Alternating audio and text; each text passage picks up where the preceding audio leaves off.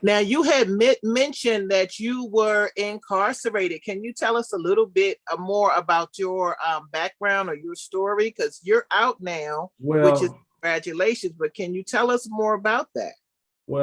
I was incarcerated March 8th, 1995. I actually was involved in an altercation where me and a guy had an altercation. It was this dispute that, at some point it got heated, when I was walking off, and he reached, I react and swung a gun at him. It discharged. I fell on the ground. He pulled his weapon out, fired at me. I jumped up and ran. I was running. He was chasing me, shooting at me. So I got as far as my car. I couldn't go nowhere else. So I returned fire. In the midst of that, I had two friends inside my car, one in the back seat, one in the front passenger seat, where the one in the back seat accidentally ended up getting shot by me and killed. And I took him to the hospital. So, I was charged with his murder. Actually, I was charged with first-degree murder. I took him to the hospital. This is my friend. So they use what's called a theory of transfer intent, meaning if I tried to shoot the guy that I initially had the altercation with and accidentally hit my friend, then that intent follows the bullet. But the key with that is that they had to prove that I was the one that actually shot my friend before you can transfer anything to get me first-degree murder. Right. And they didn't do that, of course, with the facts being that they had physical exculpatory evidence that exonerated me from that, excluded me from being the one that actually shot him. But they withheld that from the trial and jury, and my attorney knew about it as well. And of course, he didn't mention it because all of them was in the loop to get a conviction and send me to prison. And that's exactly where I ended up serving 26 years. I came home August 26th on parole, only because I was wrongfully sentenced under a law called Fishback Law, where a guy named Fishback went to court and fought it and won this case where they didn't tell the jury that parole was abolished, but they was giving us all this time, sentencing us as if parole was still in effect, but it wasn't. So the Supreme Court of Virginia ruled that that was unconstitutional. However, they didn't make it retroactive. They ruled that it was unconstitutional, but those that that's affected by it, we don't want to give you no rhythm. So the governor stepped in, Northam, and a lot of the politicians said that that wasn't right. So they stepped in and enacted the Fishback law, which placed me under parole. And I went up for parole, and I was granted, I was initially denied parole. So we did the appeal, and the victim's brother, he contacted parole and asked them to release me, sent a statement and everything, and saying, we know he didn't kill our loved one. We want him home. The head prosecution office had a copy of my actual innocence writ on their desk. They see the facts that I'm right. And in good faith, they wrote an extensive letter asking the parole board to release me. So I initially won the appeal and they granted me parole, and I was released August 16th. Okay, wonderful. Welcome back. It seems like 26 years and they've done something to hold you in there. Yeah. Does the state of Virginia do anything to really help you get back on your feet, so to speak?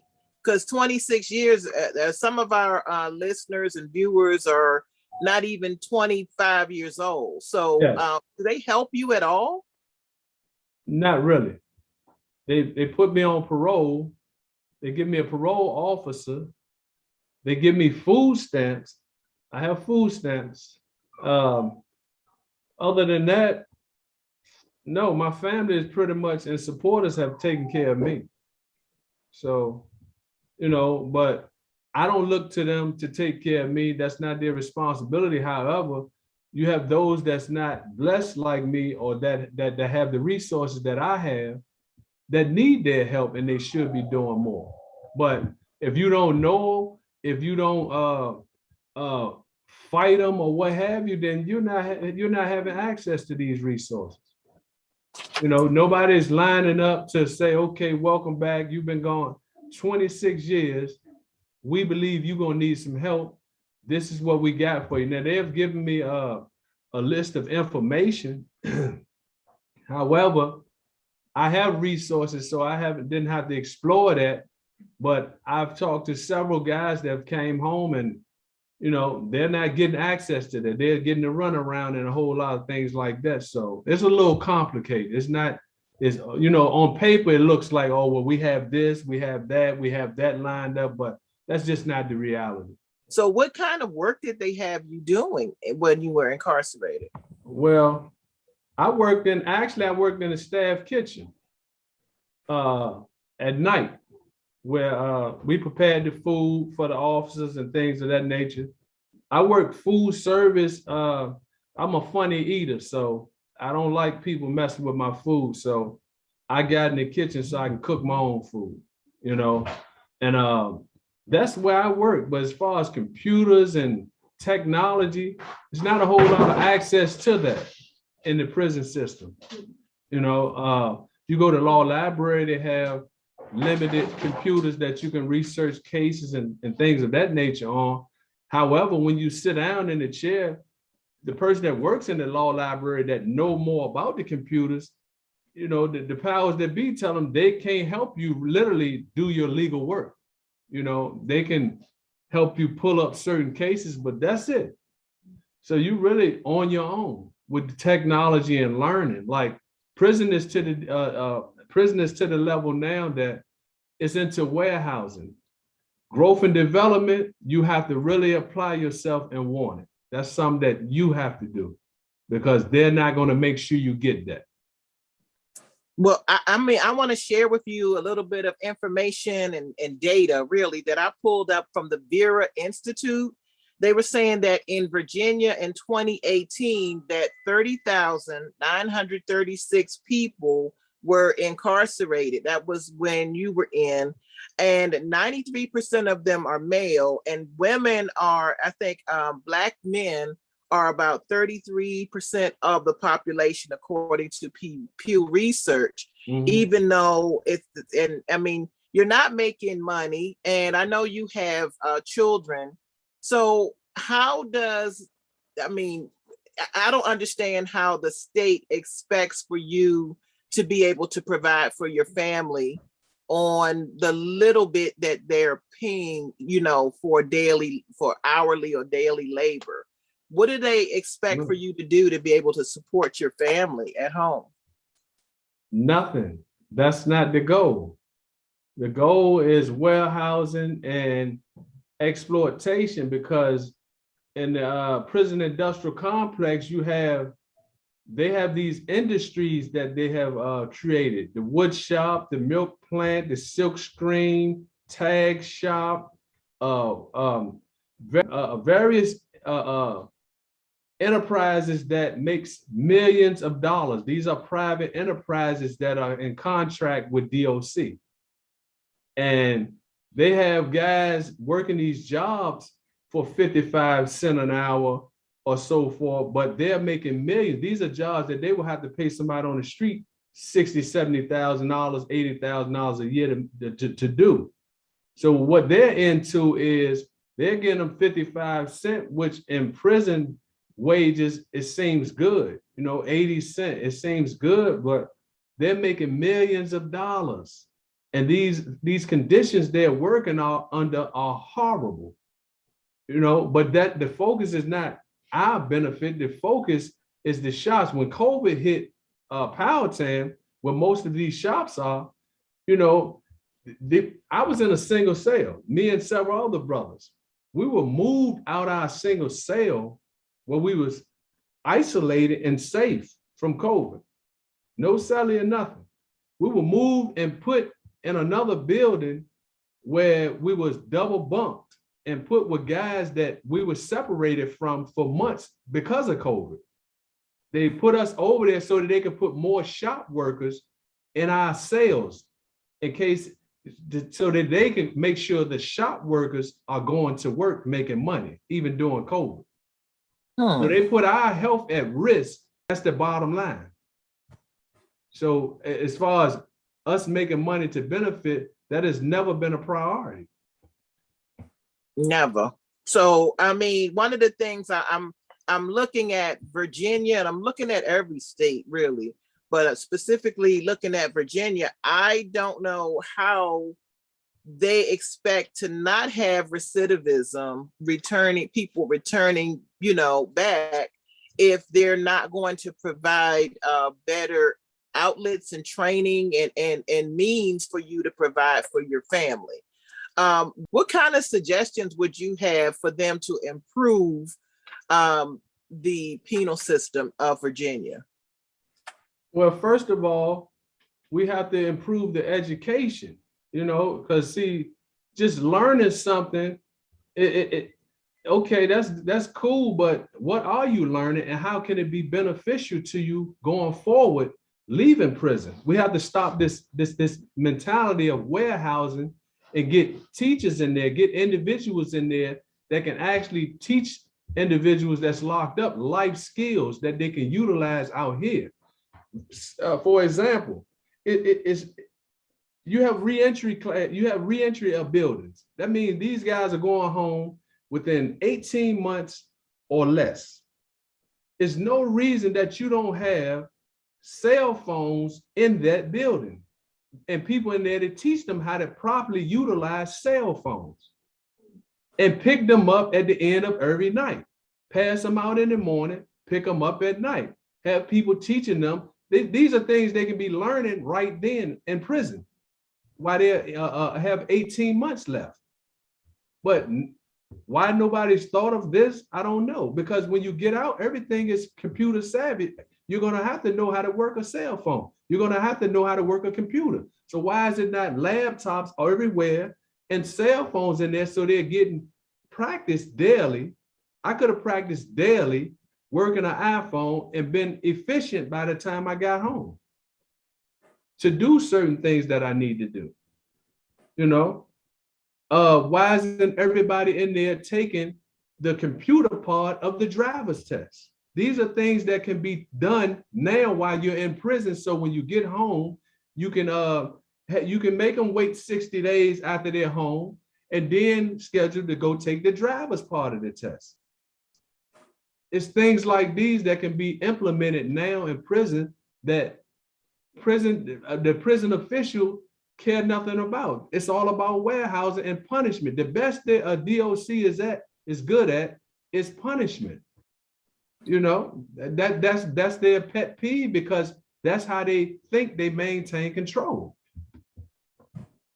Well, one of the things you're coming up with a lot of excellent ideas and things I think need to go to the governor's office and the Richmond State House in order to make things change, because if you're going to be punishing people who are incarcerated, incarceration is not even supposed to be about punishment. It's supposed to be about changing people's lives for the better and helping them to see a different path.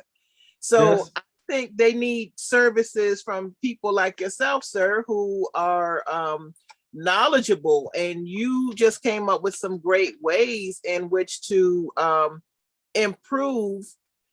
Would you be willing to be on or suggest and come up with a plan for the state of Virginia? Yes, I will. Absolutely. Anything that will help, because you got to remember, I lived in those bunks for 26 years. So it's nothing, none of them can go to school and tell me about prison. You just can't get that type of experience from going to a classroom somewhere. Everybody that works in these shops for 50-something cents should get credit as it towards paying or aiding the victims in which they offended. Because you're working in this shop, they're making millions of dollars, but you'll get no credit. We're still being looked at as if we just some hardened criminals sitting around with no remorse or nothing, when these guys are busting their back in these shops, but they don't get no credit. And then if you're 18 months or less and you working in these shops or should be given jobs, a regular job, 9 to 5, and should be getting regular street pay so they can be saving some money towards going home in them same shops because they can afford to pay them that. And it wouldn't be everybody, it'll be the ones that qualify for 18 months or less reentry. But this is a way for them to leave prison with some money saved up that they actually earn. All right, thank you. Troy, how do you plan to use your story and your experience to help Ketchmore Kids as the new program manager? Well, I want to tell my story because a lot of times when you're young and you're in the street, you feel bulletproof. You feel like you're invincible. You're the first one ever created this. You're the first one ever did this. Nobody's tougher than you, blah, blah, blah, blah, blah. So I want to give them the visual, you know, that if you're missing it or if you can't see this far, I want you to be able to see this. So it can serve as a frame of reference. You might not take it right then, but at some point you'll think about me and others like me that have served 26 years, 30 years, or what have you. And, you know, we got the scars to prove it. Look at us, you know? So I want to use that as a reference, but also as a reference of those that, yeah, I've been through something, but I've came out of it as well. So you can choose how you choose to come out of this thing. You don't have to come out it a career criminal or like I like to say, there's only two ways out to better the beast. Either you defecated it and pushed out his waste, or you regurgitated it because it's something it shouldn't have never ate, you know? So the ones defecated as waste are the tabletop champions, you know, spend all their times doing frivolous things. But the ones regurgitated are the ones that's going to the law library and the ones that's fighting for their freedom, their liberation. So you have a choice in this thing. You have to take control of what you can control and stop complaining about what you can't and control what you can. So I want to use it in that manner to serve as an example and a frame of reference for them to draw from. Because other than that, it serves nobody no purpose. I've done the time, I can't get that back. So going forward, somebody else has to be able to draw from it. Now, I know with Chanell and Troy, you guys you mentioned Allen Iverson. I know that you have a recent campaign that you've done with the shoes. Yeah. And I wanted to just dig into that more. I hadn't seen him actually. Now you could correct me if I'm wrong, but I think Troy, you were the impetus and inspiration in having him provide those shoes for the kids. Can you tell us more about that? That seems very interesting. Well, actually, no. I told him I had got invited to come to the Boys and Girls Club in Hampton. They was doing a school drive for the babies. And he was like, "What? You going out there? Hold up." And he always called somebody. So he got his man Al from Reebok on the line and said he going out there with the babies, send him whatever he needs, send him the mother load, send him everything. And within a few days, we was getting boxes and boxes and boxes of Reeboks on my mom's front porch. So, you know, it wasn't me. I just mentioned what I was going to do, you know, and he just jumped in. But that's the type of guy he is. He always do things like that. He's not real the type that want to take publicity and credit. You'll never hear him mention that, but he do that. You know, it was nothing I asked for. He came up with it, and I just ran with it. And actually, they sent enough for me to take to several events. Well, I thank you for that, because I think without you I don't think you're taking the credit that you deserve, because without you even mentioning that, those kids would not have been blessed with the shoes. I think with your energy and your just communicating what you're doing and letting people know, I think that you're more of an inspiration for others than you're willing to even see, and that's very humbling for your. I don't mean to interrupt, but see, Sure. this is the problem with organizations today. I hope to lead like that, like I'm leading, because the problem in most organizations, you know, everybody want the credit. Everybody's pushing a brand. Everybody have a motive. Everybody want their name mentioned. Everybody want to get around when the cameras come on. Don't nobody genuinely care about the work. And that's the problem. Everybody want accolades. They want to be mentioned. When we can focus on the work, see, where I just came from is a war zone. I know the work that need to be done, but soon we just had a shooting at Heritage High School with the kids. Young 2 kids got into it, and everybody run in front of the cameras, and you know, you'll hear individuals say, I'm monitoring the situation and all these things, and just a bunch of reactionary BS. You know, but everybody want their name heard. Everybody want to know, to know what they're so-called doing and all of this. But nobody's really focused on, look, the work, we're going to do the work, we're going to do for the babies. If somebody benefit, I don't care who name is mentioned. You know, that's not my goal. That's not what I'm doing, You know, I don't ask nobody for a dime unless they have a budget.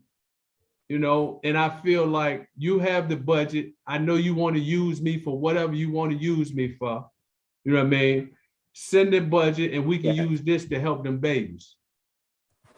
You know, well, but it has to be about the work, because that's the only thing that really matters. That's the only thing that the people can use. So I don't even get into who did what. I'm just a tool to be utilized, because somebody helped me in prison that helped me get to where I'm at, so that I can try to help somebody else, so we still owe. And thank you so much, Troy Ketchmore. Thank you very much. Have a good evening, and we'll speak to you soon. I'll be speaking to you soon. Yes, sir. All right.